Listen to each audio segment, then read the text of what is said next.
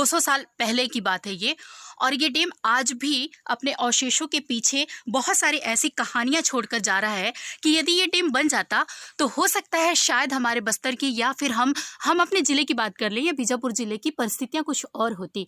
मैं काफ़ी आश्चर्यचकित हूँ इन पत्थरों को देखकर, इनकी बनावट, इनकी बुनावट देखकर, और इस दीवार की मोटाई।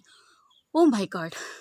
मतलब 200 साल पहले जब किसी तरह की कोई तकनीक नहीं थी हमारे पास, उस समय यदि हमने इतनी बड़ी नदी को बांधने का विचार यदि लोगों के मन में आया, उस समय अंग्रेजों का शासन था हमारे देश में, और उन लोगों के मन में यदि ये विचार आया भी कि इस डैम को इस तरह से बनाया जा सके, तो मैं ये सोचती हूँ, पीछे जाकर थोड़ा याद करती हूँ कि क्या चल रहा होगा उनके दिमाग में, किस तरह से उन्होंने सोचा होगा कि इतने बड़े नदी के पार्ट को हम कैसे बांधें।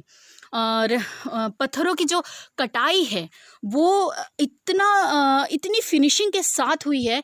उस तरफ और बड़े बड़े पत्थर है, मैं दिखाऊंगी आपको, लेकिन मैं बस ये दिखाना चाह रही थी कि ये जोड़ाई देखिए, इन दीवालों की मोटाई देखिए, चूने, रेत और केवल पानी की मिलावट से इनको जोड़ा गया है, इन पत्थरों को।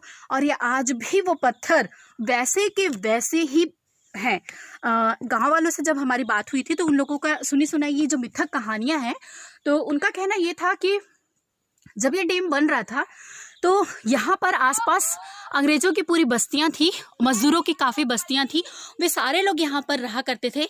और शायद ऐसी कोई बीमारी, हैज़ा जैसी कोई बीमारी शायद फैल गई थी और लोगों की धीरे धीरे मृत्यु होने लगी थी, और जिसके डर से उन्होंने ये डैम बनाने का काम शायद रोक दिया।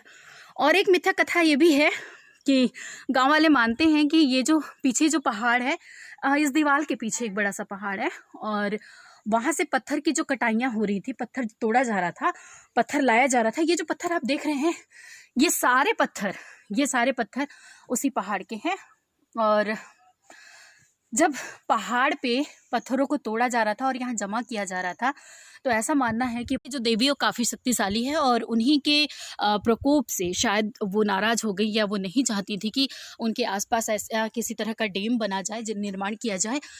एक बात ये भी है कि यदि ये डैम बनता तो शायद भोपालपट्टनम तक का पूरा जो क्षेत्र है वो डुबान में आ जाता। खैर, तब की परिस्थितियाँ कुछ और रही थी। यदि ये डैम बन भी जाता और वो डुबान के क्षेत्र में आता तो शायद हम और आगे तक अपने आप को विस्तारित कर पाते, बीजापुर के आगे भी। खैर, उस समय जो भी स्थिति रही होंगी, पर देवी प्रकोप के चलते शायद ये डैम का काम अधूरा रह गया।